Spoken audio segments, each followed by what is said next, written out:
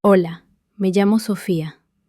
No sé exactamente por qué decidí contar esta historia ahora. Tal vez porque esta mañana desperté con un nudo en la garganta, uno de esos que no se quitan con agua ni con café. A veces, el cuerpo recuerda lo que la mente intenta enterrar. Crecí en una casa que olía a sopa de lentejas y a silencio. Sí, silencio, porque en mi casa no se gritaba, pero tampoco se hablaba. Éramos buenos para fingir. Mi mamá lavaba los platos con tanta fuerza que las cucharas chocaban como si quisieran decir algo. Y mi papá, él era como una sombra larga que cruzaba la casa al anochecer. Siempre estaba, pero nunca estaba realmente. Mi hermana mayor, Clara, era la favorita. Aunque nadie lo decía, no hacía falta. Mi mamá la miraba con una dulzura que yo solo conocí por rebote. Era como si su luz iluminara todo menos a mí. Cuando sacaba buenas notas, mi mamá decía, es lo que se espera. Pero cuando Clara sacaba un 10, la casa se llenaba de galletas recién horneadas. A los 9 años me acostumbré a esconder mis dibujos debajo de la cama. No porque fueran malos, sino porque nunca eran suficientes. Un día le mostré a mi papá un retrato que había hecho de él. Lo miró durante 5 segundos. Luego dijo, ¿y esto quién se supone que es? Sonreí. Le dije, ¿eres tú, papá? Me devolvió el dibujo y siguió leyendo el periódico. Desde entonces dejé de dibujar personas. Los domingos eran los peores. Mi abuela venía a almorzar y con ella traía sus comentarios disfrazados de cariño. Sofía tiene buen corazón, pero es tan calladita, ¿no? O Clara va a ser doctora.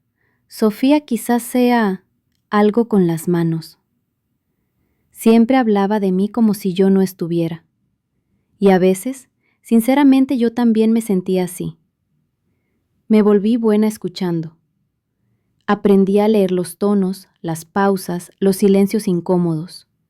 Me convertí en una experta en no molestar. De esas personas que, si desaparecieran, pasarían varios minutos antes de que alguien se diera cuenta. Un día, después de una discusión entre mis padres, mi mamá entró a mi cuarto. No lloraba, pero sus ojos estaban rojos. Se sentó en mi cama y me dijo, «Cuando seas grande, no te cases con alguien como tu padre». Yo tenía 11 años. No supe qué decir, así que solo le ofrecí una galleta que tenía escondida en el cajón. Sonrió, la rompió por la mitad y me dio un pedazo. Fue uno de los momentos más íntimos que compartimos. En la secundaria encontré refugio en la biblioteca, entre libros que no me juzgaban y personajes que sentían más que las personas reales. Me enamoré de Ana Frank, de Holden Caulfield, de todas esas almas rotas que escribían para no romperse más. Una vez escribí un poema sobre la tristeza que te deja vivir con gente que no te ve. La profesora de lengua lo leyó en voz alta frente a la clase. Todos aplaudieron, pero cuando llegué a casa y le conté a mi mamá, solo dijo, «Qué bueno que te vaya bien en algo». Luego siguió pelando zanahorias. Mi éxito siempre fue un eco. A los 17 conocí a Tomás. Él fue el primero que me dijo, «Tú hablas bajito, pero dices cosas que se quedan». Me hizo sentir que mi voz tenía peso, que yo también podía ocupar espacio sin pedir permiso. Estuvimos juntos 3 años. Me enseñó a andar en bicicleta, a tomar vino tinto y también a llorar con la frente en alto. Pero como muchas primeras historias, la nuestra se rompió sin hacer ruido. Un día me dijo que necesitaba descubrirse a sí mismo. Y entendí que no me llevaba en ese viaje. No lo odié, solo sentí que volvía a ser invisible. Como si alguien hubiera apagado la lámpara justo cuando yo empezaba a brillar. Ahora tengo 32 años. Vivo sola en un departamento pequeño con plantas que no se mueren y libros que vuelvo a leer. Trabajo como editora freelance, corrijo textos que otros escriben para sentirse menos solos. A veces pienso que eso hago también con mi vida. Corrijo errores que no cometí, silencios que no eran míos. Hace un mes, mi mamá me llamó. Me dijo que mi papá estaba enfermo, que quizás no pasaba de diciembre. No supe qué responder. Le pregunté si quería que la acompañara al hospital. Me dijo que sí. Esa fue la primera vez en años que pidió algo con la voz temblorosa. Fui. Lo vi. Estaba más delgado, pero igual de distante. No hablamos mucho. Me preguntó si seguía con eso de los libros. Le dije que sí. Asintió. Luego me pidió que buscara una manta en el armario. Cuando la traje, ya estaba dormida. Esa noche, al volver a casa, abrí una caja que tenía en el altillo. Allí estaban todos mis dibujos. El retrato de mi papá, arrugado. Los poemas, las cartas que nunca envié. Me senté en el suelo y lloré por todo lo que nunca dije. Y ahí lo decidí. Voy a contar esta historia. No para culpar a nadie, no para vengarme, sino porque si alguna vez sentiste que no te ven, que no importas, que tu voz es muy pequeña, quiero que sepas que no estás sola. Soy Sofía. Esta es mi historia. Y apenas comienza. A la mañana siguiente desperté con esa presión sorda en el pecho. No era tristeza exacta, ni tampoco ansiedad, pero se parecía al eco de un sueño del que uno no termina de despertar. Preparé café, como siempre, con la leche apenas tibia y el azúcar justa, pero no lo tomé. Me quedé sentada en la mesa de la cocina, mirando cómo el vapor se deshacía en el aire, como si ahí hubiera una respuesta que se me escapaba. Durante años, evité pensar en mi padre como alguien humano. Lo guardé en un rincón de mi memoria donde las cosas no duelen, donde se convierten en datos. Fecha de nacimiento, ocupación, color de ojos. Pero verlo otra vez, frágil y callado, removió capas que creía endurecidas. Me hizo preguntarme qué tanto de lo que fui había estado moldeado por su ausencia presente, por ese silencio constante que llenaba la casa más que cualquier voz. Esa semana volví al hospital más de una vez. No era obligación. Nadie me lo pidió. Solo aparecía. Me sentaba a su lado, leía cualquier cosa que tuviera a mano, ajustaba las sábanas y se deslizaba. Miraba sus manos. Las mismas manos que alguna vez empuñaron herramientas, ahora quietas sobre la manta, con las venas marcadas como raíces expuestas. Mi madre me observaba con esa mirada entre desconfiada y sorprendida, como si no supiera si debía agradecer mi presencia o preguntarse qué buscaba. Yo tampoco tenía una respuesta clara. Tal vez no buscaba nada, o tal vez sí. Cerrar algo. No para él, para mí. Porque hay heridas que no se curan con el tiempo, sino con el acto de mirarlas sin apartar la vista. Una noche me quedé a dormir en mi antigua habitación. El cuarto era más pequeño de lo que recordaba. Las paredes ya no tenían los pósters de adolescentes confundidas que me acompañaron tantos años, pero la mancha de humedad seguía en el techo. Me tumbé mirando ese rincón y recordé cuántas veces imaginé escapar de esa casa. No con ira, sino con tristeza. La tristeza de saber que uno no pertenece del todo al lugar donde creció. Revisando los cajones encontré una carta doblada. Era mía, escrita con una letra infantil. No tenía fecha ni destinatario, pero bastaba leer las primeras líneas para saber que era una súplica, un intento de ser vista. Me dolió leerme desde aquel pasado, pero también me dio ternura. Acaricié el papel como si pudiera calmar a la niña que lo escribió. Le susurré en silencio: sobreviviste. En los días siguientes, mi padre pareció mejorar. No decía mucho, pero me miraba diferente, con una atención nueva, como si intentara memorizarme. Y eso, viniendo de él, era más que cualquier frase. Me pidió un cuaderno, con el gesto. Le traje uno. Parecía querer escribir algo, aunque no sabía si su cuerpo le iba a permitir sostener un lápiz por mucho tiempo. Aún así, lo dejó sobre la mesa de noche, como una promesa. Empecé a escribir también, no por él, sino por mí. pequeños textos, recuerdos, pensamientos que nunca dije en voz alta. Los publiqué en un rincón anónimo de internet y entonces ocurrió algo extraño. Alguien los leyó. Me escribió una mujer diciendo que había sentido lo mismo, que mis palabras le dieron forma a su silencio, y por primera vez en mucho tiempo sentí que lo vivido no había sido en vano. Cuando mi padre murió, no lloré enseguida. Lo sentí más como el cierre de un capítulo que nunca supimos cómo escribir bien. En su mesa de noche estaba el cuaderno. Había escrito apenas unas páginas. En la primera decía algo que me atravesó como un rayo. A mi hija Sofía, que me enseñó dónde de escuchar cuando ya era tarde. No hubo discurso, no hubo reconciliación perfecta, pero hubo eso, un intento. Y a veces los intentos son lo más humano que podemos ofrecer. Después del entierro, regresé a mi casa, no la de ellos. Abrí mi portátil y seguí escribiendo, porque entendí que eso quizás era lo único que siempre quise hacer, y porque narrarme, por fin, con mi propia voz, era la forma más profunda de decir que estoy viva.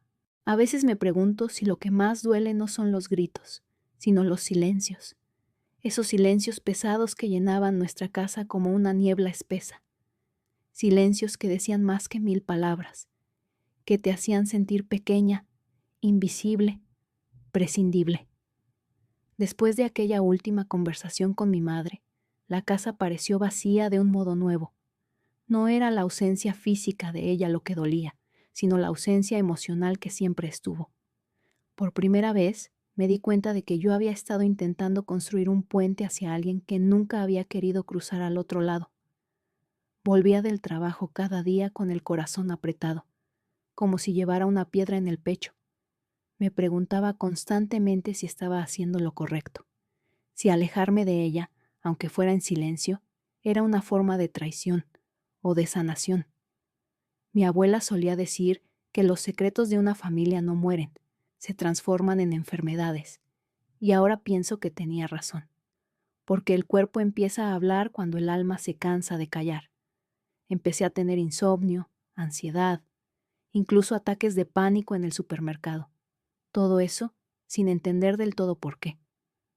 Una noche, mientras intentaba conciliar el sueño, recordé algo que había olvidado por completo. Tenía quizás 5 años. Estaba sentada en el pasillo jugando con una muñeca rota. Mi madre y mi padre discutían en la cocina. No entendía las palabras, pero entendía el tono. Sentía cómo me encogía, cómo quería desaparecer. Recordar eso me quebró de una manera inesperada, porque en esa imagen la muñeca rota era yo, y aunque pasaron los años, una parte de mí siguió ahí, en ese pasillo, esperando que alguien me dijera que no era mi culpa. Cuando comencé terapia, no lo hice porque pensara que lo necesitaba. Lo hice porque mi amiga Clara insistió tanto que, al final, accedí solo para callarla. Pero aquella primera sesión fue como abrir una caja que llevaba años cerrada. Y dentro de esa caja no había monstruos, como yo temía, sino una niña con miedo, una niña que había aprendido a no pedir, a no molestar, a no necesitar. La terapeuta me dijo algo que me marcó. Has aprendido a sobrevivir, pero no a vivir. Y tenía razón. Yo era buena escuchando los problemas de los demás, ayudando, resolviendo. Pero cuando se trataba de mí, no sabía por dónde empezar. Me sentía culpable por poner límites, por decir que no, por elegir mi paz sobre el deber. Con el tiempo, empecé a entender que amar no significa tolerar todo, que perdonar no es permitir, y que sanar no siempre implica reconciliarse. A veces, sanar es simplemente dejar de sangrar por donde ya no hay herida. Un día, encontré una caja vieja en el armario. Dentro había fotos de cuando era niña, cartas sin enviar, dibujos arrugados. Me quedé viendo una foto en particular. Yo con mi madre en la playa, sonriendo. La imagen parecía feliz, pero yo recordaba que esa tarde me había perdido por unos minutos y ella me había gritado como si hubiera matado a alguien. Esa sonrisa en la foto no era mía, era una máscara, y entonces lloré.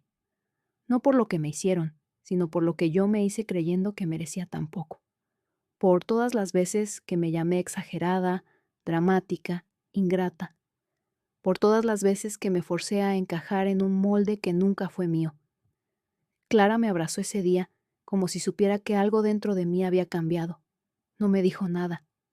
No lo necesitaba, porque a veces el amor más verdadero es ese que se queda en silencio, pero no duele. Desde entonces empecé a hablar más conmigo misma, a preguntarme qué necesitaba, qué deseaba, qué me hacía bien. Y aunque al principio todo parecía confuso, poco a poco fui encontrando respuestas. No venían de afuera, sino de adentro, de esa niña del pasillo que por fin empezaba a sentirse escuchada. No fue fácil. A veces retrocedía, me sentía sola, dudaba, pero cada vez que quería volver a lo de antes, me recordaba. No te dolió para que lo olvides, te dolió para que aprendas. Nunca pensé que el silencio pudiera ser tan pesado. Después de todo lo que viví con mi madre y todo lo que supe de mi abuela, creí que había llegado a un punto de entendimiento, de control. Pero el dolor tiene formas extrañas de resurgir. A veces no grita, simplemente se instala en la garganta y no te deja tragar. A veces se disfraza de rutina. Cuando me mudé sola por primera vez, sentí una mezcla de libertad y vacío. Caminaba descalza por el departamento, tocando las paredes, como si con eso pudiera apropiarme del espacio. Compré plantas, muchas, demasiadas. Era como si quisiera llenar cada rincón con vida para contrarrestar los huecos que traía dentro. Cuidarlas me daba una rutina. Regarlas, hablarles, observar si crecían.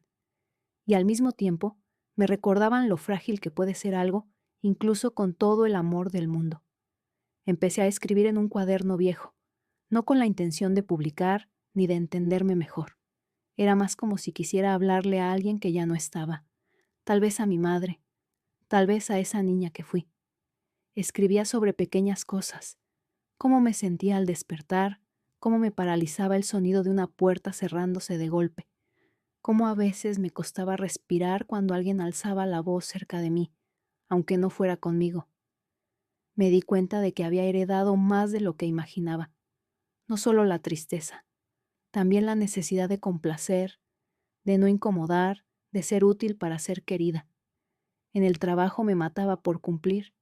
Aceptaba tareas extra, cubría turnos, decía que sí incluso cuando estaba agotada. Y cuando alguien me felicitaba, no lo sentía como un logro, lo sentía como una tregua. Por ahora no me van a rechazar. Recuerdo un día en particular. Había trabajado más de 10 horas sin pausa. Llegué a casa y me dejé caer en el sillón, con la ropa aún puesta. Miré el techo durante largos minutos, y sin saber por qué, empecé a llorar. En un número de tristeza. Era como si mi cuerpo soltara algo que había estado conteniendo por años. Un cansancio ancestral, heredado.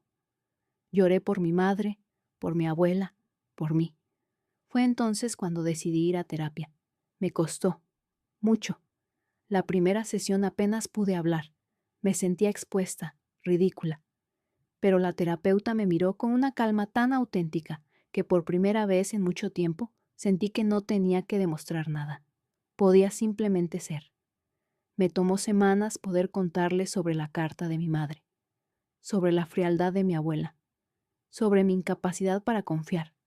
A través de las sesiones empecé a recordar cosas que creía olvidadas, pequeños momentos, la forma en que mi madre me acariciaba el pelo cuando pensaba que dormía, el sonido de la radio de mi abuela en la cocina, siempre sintonizada en la misma emisora, la mirada de desaprobación cuando yo quería ser diferente.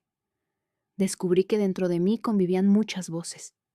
Algunas eran mías, pero muchas otras no. Empecé a poner límites, no de forma escandalosa, sino en pequeños gestos. Decir que no sin justificarme, cancelar una reunión si estaba agotada, decidir no contestar un mensaje de inmediato. Cada vez que lo hacía, sentía una mezcla de culpa y alivio, como si estuviera traicionando una regla no escrita, pero al mismo tiempo recuperando un pedazo de mi vida. Un día me encontré con una foto antigua. Estaba yo, de niña, con un vestido amarillo que odiaba. Sonreía, pero mis ojos se veían tristes. Me quedé mirándola mucho tiempo. Esa niña merecía amor sin condiciones. Merecía que la vieran, que la abrazaran, que le dijeran que no tenía que ganarse su lugar. Y entendí que aún vivía en mí y que ahora era mi responsabilidad cuidarla. Así fue como empecé a hablarme con más cariño, a decirme en voz baja: estás haciendo lo mejor que puedes, a preparar mi comida favorita un martes cualquiera, a poner música y bailar sola en la cocina, a reírme sin motivo, porque sanar también es eso, permitirte existir con alegría, aunque sea en momentos breves. Hoy todavía tengo miedo. A veces me despierto con el corazón acelerado sin saber por qué, o me sorprendo dudando de si merezco lo que tengo. Pero también tengo herramientas, tengo palabras, tengo historia.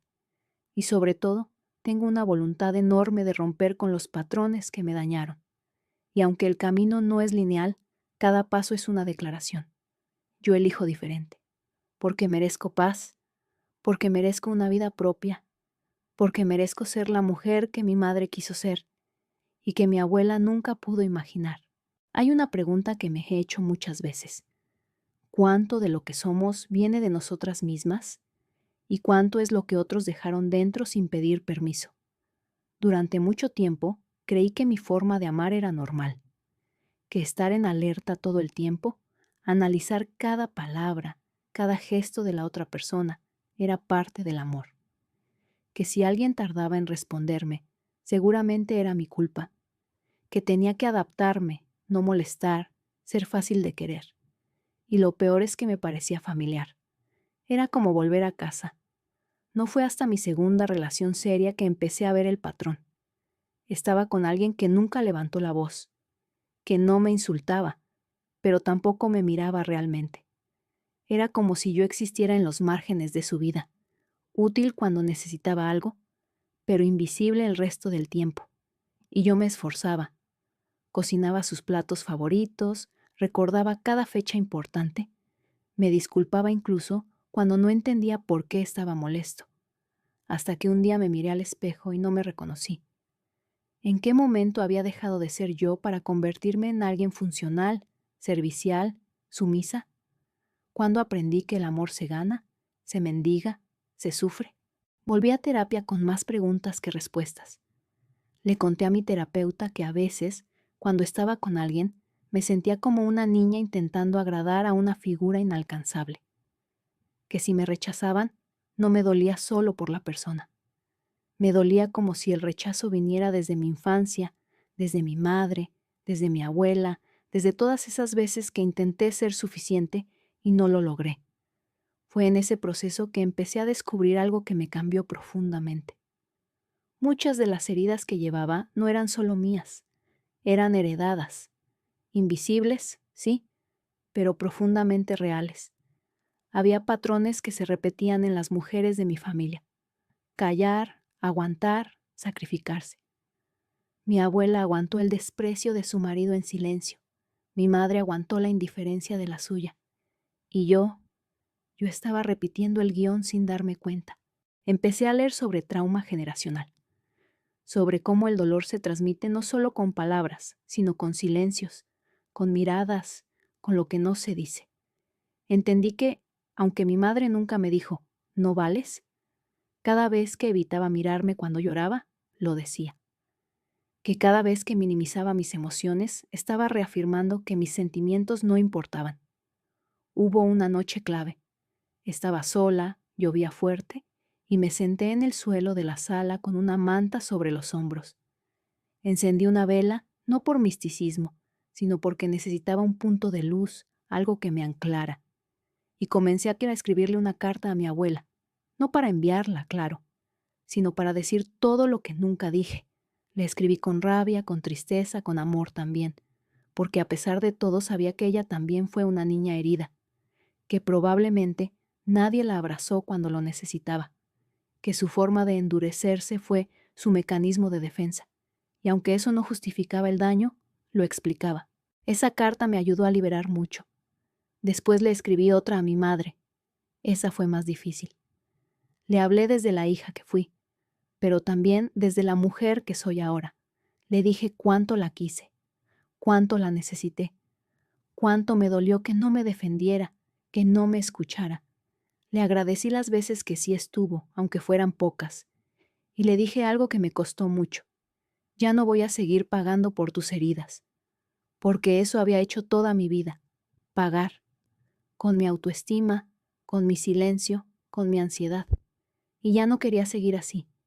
A partir de ahí, mi forma de ver el mundo cambió, no de golpe, no mágicamente, pero empecé a notar las diferencias.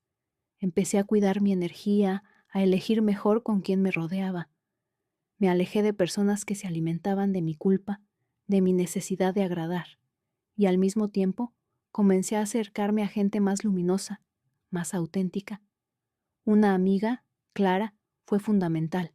Ella tenía una forma de vivir que al principio me desconcertaba. Decía lo que pensaba, lloraba sin culpa, reía fuerte. Era libre, y yo la admiraba tanto. Me mostró que la vulnerabilidad no es debilidad, que poner límites no te hace egoísta, que puedes ser buena sin dejar que te pisoteen. Recuerdo una vez que me dijo: Sofía, tu historia te explica, pero no te define. Esa frase se me quedó grabada. La repetí muchas veces, como un mantra, porque por primera vez sentí que tenía permiso para cambiar de rumbo.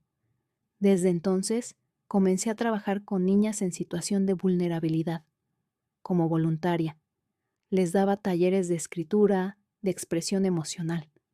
Y era sanador verlas escribir sus propios relatos, ponerle nombre a lo que sienten. Una de ellas, Valentina, escribió: Yo no soy mi tristeza, yo soy lo que hago con ella. Tenía solo 10 años y me hizo llorar.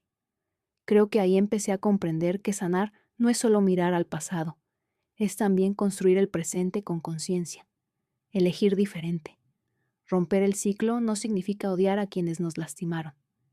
Significa dejar de seguir ese camino, abrir uno nuevo. Y aunque aún me duelen algunas cosas, hay días en que el recuerdo me atrapa.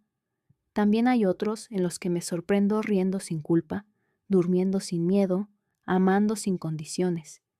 Y en esos días siento que mi madre, en alguna parte de su alma, sonríe conmigo. No sé cuándo fue la última vez que respiré profundo sin sentir culpa, sin pensar que estaba haciendo algo mal por sentirme en paz, por estar sola, por no estar pendiente de alguien más. Pero sí recuerdo con claridad la primera vez que lo logré siendo adulta. Fue una tarde de domingo. Había salido a caminar sin rumbo, algo que antes no me permitía hacer. Siempre tenía que aprovechar el tiempo, hacer algo productivo, rendir, planear, avanzar. Pero ese día no. Caminé con las manos en los bolsillos y la mente liviana. Y de pronto, sin planearlo, terminé sentada frente al río, en un banco de madera, mirando el agua moverse lento. Ahí fue. Cerré los ojos y simplemente respiré. No había ruido, ni voces, ni urgencias. Nadie me necesitaba, nadie me esperaba, nadie me evaluaba. Y por unos segundos sentí una libertad tan simple y tan poderosa que lloré. Ni un número de tristeza. Lloré de alivio, de soltar. Porque toda mi vida había sentido que tenía que merecer los buenos momentos, que si algo iba bien, pronto vendría el castigo, que la paz era sospechosa y la felicidad un error del sistema. ¿Quién me enseñó eso? No lo sé con exactitud. Tal vez fue algo que absorbí desde niña, cuando veía a mi madre sonreír con culpa, o a mi abuela quejarse incluso en sus momentos de descanso, como si disfrutar fuera una falta. A partir de ese día, me hice una promesa. No iba a seguir castigándome por sentirme bien. No iba a buscar el drama, ni la tristeza familiar, ni el conflicto conocido. Iba a intentar quedarme en la calma, aunque me resultara incómoda, y vaya que lo fue. Estar en paz puede ser muy incómodo al principio. Te hace pensar que estás siendo irresponsable, o egoísta, o superficial. Al menos eso me decía mi voz interna. Esa voz que, con el tiempo, descubrí que no era realmente mía. Era una mezcla de frases, miradas, gestos, de esas veces que alguien me dijo: deberías estar agradecida, cuando yo solo quería llorar, o tú tienes todo, no te quejes, cuando me sentía vacía.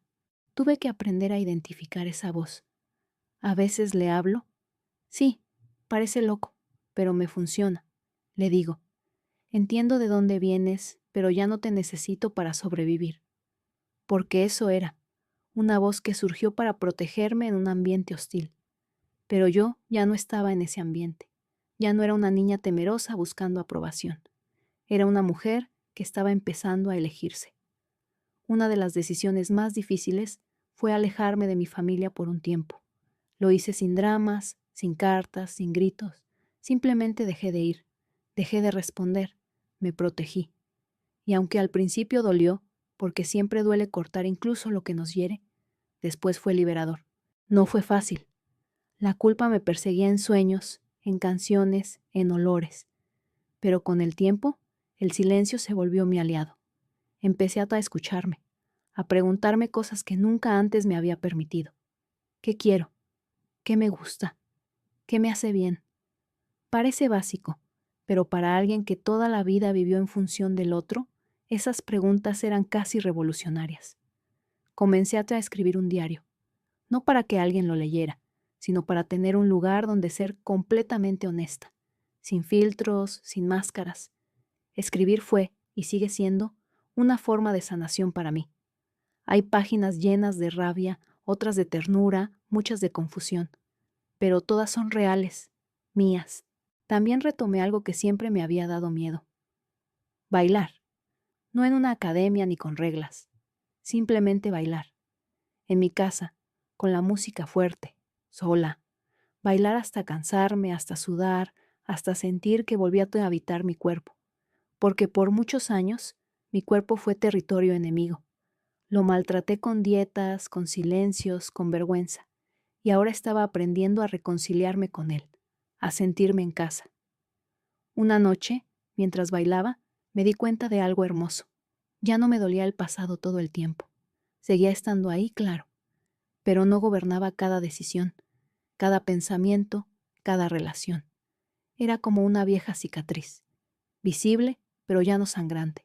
Ese fue otro momento clave, cuando noté que ya no necesitaba contar mi historia desde el dolor, sino desde la transformación, que podía hablar de mi infancia sin quebrarme, que podía recordar a mi madre sin rabia, que podía mirar al futuro sin miedo.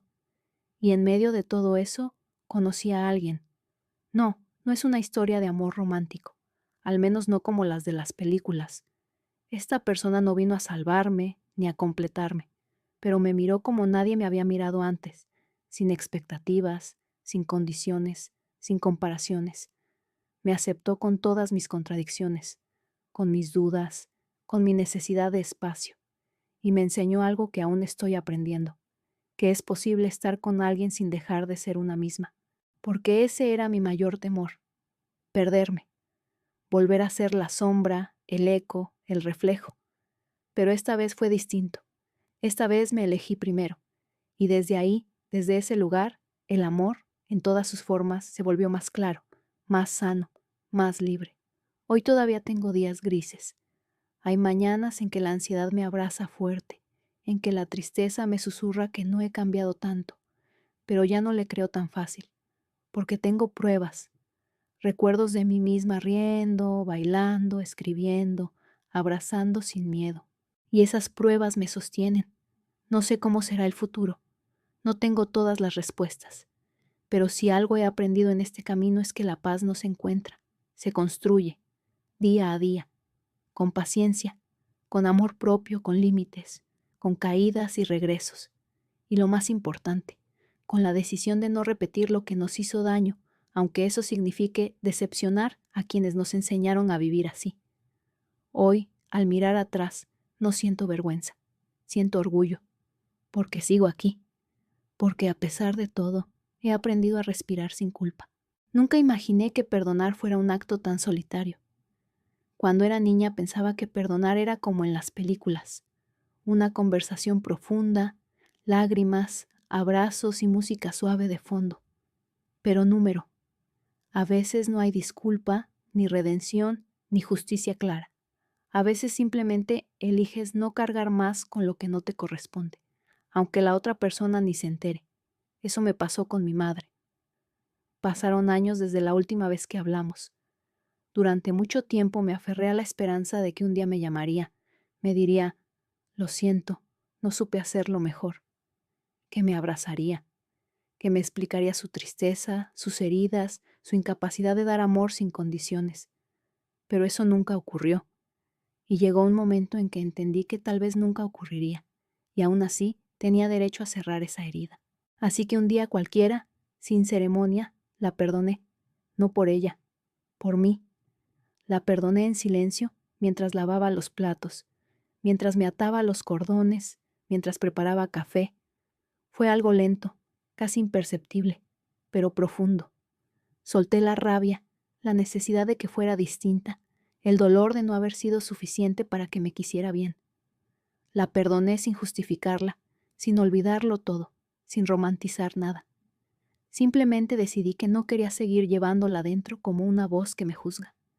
Le dejé un lugar en mi historia, pero ya no en mi presente.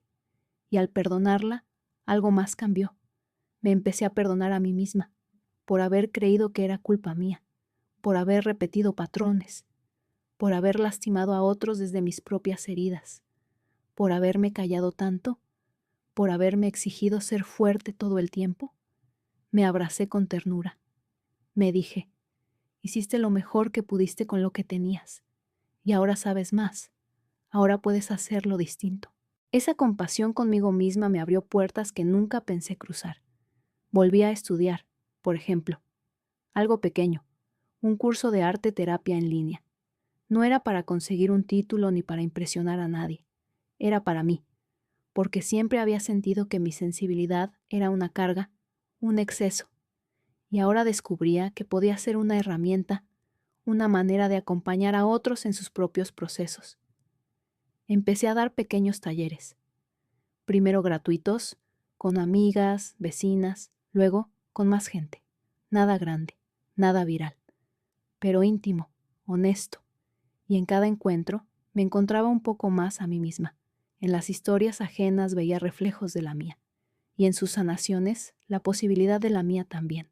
No me convertí en alguien famosa, no hice millones, pero encontré algo que vale más: propósito. También descubrí otra cosa, que no todo lo viejo tiene que doler. A veces, cuando dejas de forzar, ciertos vínculos encuentran una nueva forma de existir. Con mi hermana, por ejemplo, nos reencontramos de una manera inesperada. Después de años de distancia, me escribió, no con reproches ni excusas, solo con una frase: te extraño. Eso fue suficiente para abrir una puerta. Tuvimos muchas conversaciones, lentas, incómodas, necesarias. Lloramos. Nos contamos verdades que habíamos callado. Nos miramos desde otro lugar. No volvimos a ser las de antes, y eso fue lo más bello. Creamos un vínculo nuevo, más honesto, más libre. Entendí que no se trata de reconstruir lo que fue, sino de construir algo nuevo desde lo que somos ahora. La vida se volvió más silenciosa, pero también más clara.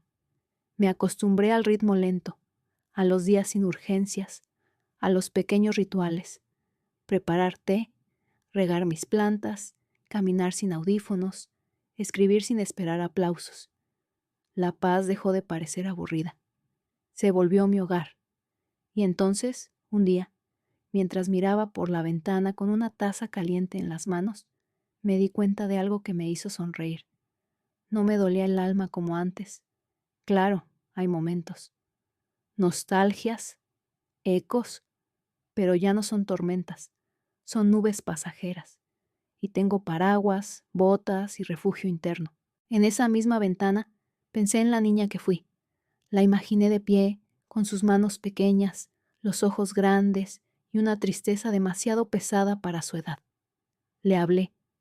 Le dije, lo lograste, no perfecta, no sin cicatrices, pero viva, libre y en paz. Ya puedes descansar. Y lo más importante, le prometí no volver a abandonarla nunca más, porque eso es lo que hacemos cuando sanamos. Nos elegimos una y otra vez. Nos prometemos cuidarnos, incluso cuando todo afuera nos enseñó lo contrario. Y esa promesa, cuando se sostiene, cambia todo. Hoy mi vida no es extraordinaria en apariencia, pero para mí lo es, porque no se parece en nada a lo que temí repetir, porque me pertenece, porque la construí con conciencia, con trabajo interno, con lágrimas, sí, pero también con risas genuinas. A veces, cuando me preguntan qué hice para cambiar tanto, sonrío y digo, aprendí a quedarme conmigo misma, con mis emociones, mis vacíos, mis luces, a no huir cada vez que algo se ponía difícil, a no disfrazarme para agradar, a no mendigar amor. Aprendí a quedarme, y desde ahí todo cambió.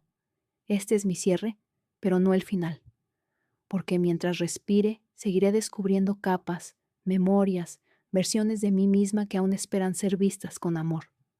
No tengo todas las respuestas, pero tengo algo que antes no tenía, la certeza de que merezco vivir sin miedo. Y eso para mí lo cambió todo. A veces me preguntan si volvería atrás, si cambiaría algo. Tal vez evitaría algunas heridas.